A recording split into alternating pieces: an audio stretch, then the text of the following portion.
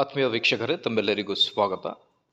SIR ಈ 12 ದಾಖಲೆಗಳನ್ನು ಯಾರು ಸಲ್ಲಿಸಬೇಕು ಮತ್ತು ಯಾವಾಗ? ಸೊ ಭಾಳಷ್ಟು ಚರ್ಚೆಗಳು ಕೂಡ ಜೋರಾಗಿ ನಡೆದಿವೆ ಸೋಷಿಯಲ್ ಮೀಡಿಯಾಗಳಲ್ಲಿ, ತಾವು ಕೂಡ ನೋಡಿರ್ಬೋದು. ಸೊ ಈಗ 1-2 ನಿಮಿಷಗಳಲ್ಲಿ ಈ ಒಂದು ಕನ್ಫ್ಯೂಷನ್ ಏನಿದೆ ಅನ್ನೋದ್ರ ಬಗ್ಗೆ ಕ್ಲಿಯರ್ ಮಾಡ್ಕೊಳ್ಳೋಣ. ವಿಡಿಯೋನ ಸ್ಟಾರ್ಟ್ ಮಾಡೋಣ ವೀಕ್ಷಕರೇ. ಅದಕ್ಕಿಂತ ಮುಂಚೆ ನೀವು ಕೊಡುವ ಒಂದೇ ಒಂದು ಲೈಕ್ ನಮಗೆ ಸಪೋರ್ಟ್ ಆಗಿರುತ್ತೆ. ದಯಮಾಡಿ ವಿಡಿಯೋನ ಲೈಕ್ ಮಾಡಿ, ಅದರ ಜೊತೆಗೆ ನಮ್ಮ ಯೂಟ್ಯೂಬ್ ಚಾನಲನ್ನು ಕೂಡ ಸಬ್ಸ್ಕ್ರೈಬ್ ಮಾಡಿಕೊಳ್ಳಿ. ನೋಡಿ, ಈಗ 12 ದಾಖಲೆಗಳ ಪಟ್ಟಿ ಯಾರು ಸಬ್ಮಿಟ್ ಮಾಡಬೇಕು, ಹೇಗೆ ಸಬ್ಮಿಟ್ ಮಾಡಬೇಕು, ಯಾರಿಗೆ ಸಬ್ಮಿಟ್ ಮಾಡಬೇಕು, ಭಾಳಷ್ಟು ಚರ್ಚೆಗಳು ಮತ್ತು ಕನ್ಫ್ಯೂಷನ್ ಇದೆ. ಸೊ 1 by 1 ಆಗಿ ಡಿಸ್ಕಸ್ ಮಾಡ್ತಾ ಬರೋಣ. ಮೊದಲಿಗೆ ಈ 12 ದಾಖಲೆಗಳನ್ನು ಯಾರು ಸಲ್ಲಿಸಬೇಕು, ಏಕೆ ಸಲ್ಲಿಸಬೇಕು ಮತ್ತು ಯಾವಾಗ ಅನ್ನೋದ್ರ ಬಗ್ಗೆ ಡೀಟೇಲ್ಡ್ ಇನ್ಫಾರ್ಮೇಷನ್.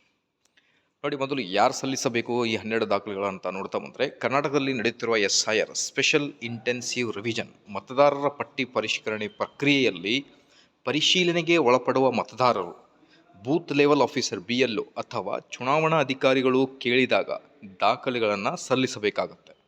ರೈಟ್.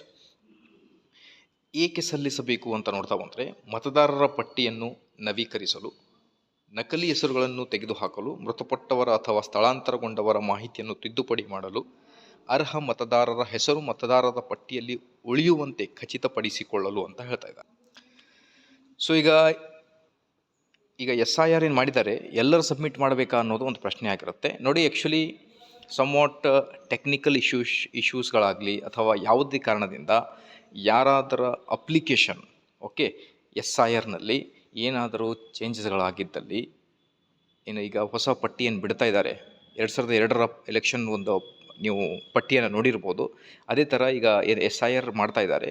ಮತ್ತೊಂದು ಈಗ ಹೊಸ ಒಂದು ಪಟ್ಟಿಯನ್ನು ಬಿಡ್ತಾರೆ. ಅದರಲ್ಲಿ ಎಲ್ಲ ಡೀಟೇಲ್ಗಳಿರುತ್ತೆ, ಯಾರೆಲ್ಲ SIR ಫಾರ್ಮನ್ನು ಫಿಲ್ ಮಾಡಿದ್ದೀರಾ. ಅದರಲ್ಲಿ ಏನಾದರೂ ಟೆಕ್ನಿಕಲ್ ಎರರ್ನಿಂದ ನಿಮ್ಮ ಹೆಸರು ಚೇಂಜಸ್ಗಳಾಗಲಿ ಅಥವಾ ನಿಮ್ಮ ಹೆಸರು ಬಂದಿಲ್ಲ ಅಥವಾ ಏನಾದರೂ ಟೆಕ್ನಿಕಲ್ ಇಶ್ಯೂಸ್ ಇದ್ದರೆ ಅಂಥ ಟೈಮ್ನಲ್ಲಿ ನಿಮಗೆ ಡಾಕ್ಯುಮೆಂಟ್ಸನ್ನು ಕೇಳ್ತಾರೆ. ಸಾಮಾನ್ಯವಾಗಿ ಯಾವೆಲ್ಲ ಡಾಕ್ಯುಮೆಂಟ್ಸ್ಗಳನ್ನು ಕೇಳಬಹುದು ಅನ್ನೋದ್ರ ಬಗ್ಗೆ ನೋಡ್ತಾ ಬಂದರೆ, ಜನನ ಪ್ರಮಾಣ ಪತ್ರ, ನಿವಾಸ ಪ್ರಮಾಣ ಪತ್ರ, ಗುರುತಿನ ಚೀಟಿ, ಪೋಷಕರ ಗುರುತಿನ ದಾಖಲೆ, ರೇಷನ್ ಕಾರ್ಡ್, ಶೈಕ್ಷಣಿಕ ಪ್ರಮಾಣ ಪತ್ರ, bank passbook, Aadhaar card, passport size photo, mobile number. So ಇತರೆ ಮೊಬೈಲ್ ನಂಬರ್ ಆಗಲಿ, ಇಮೇಲ್ ID ಆಗಲಿ ಅಥವಾ ಇತರೆ ಪೂರಕ ದಾಖಲೆಗಳನ್ನು ಅಗತ್ಯವಿದ್ದರೆ ನಿಮ್ಮ ಹತ್ರ ಕೇಳಬಹುದು.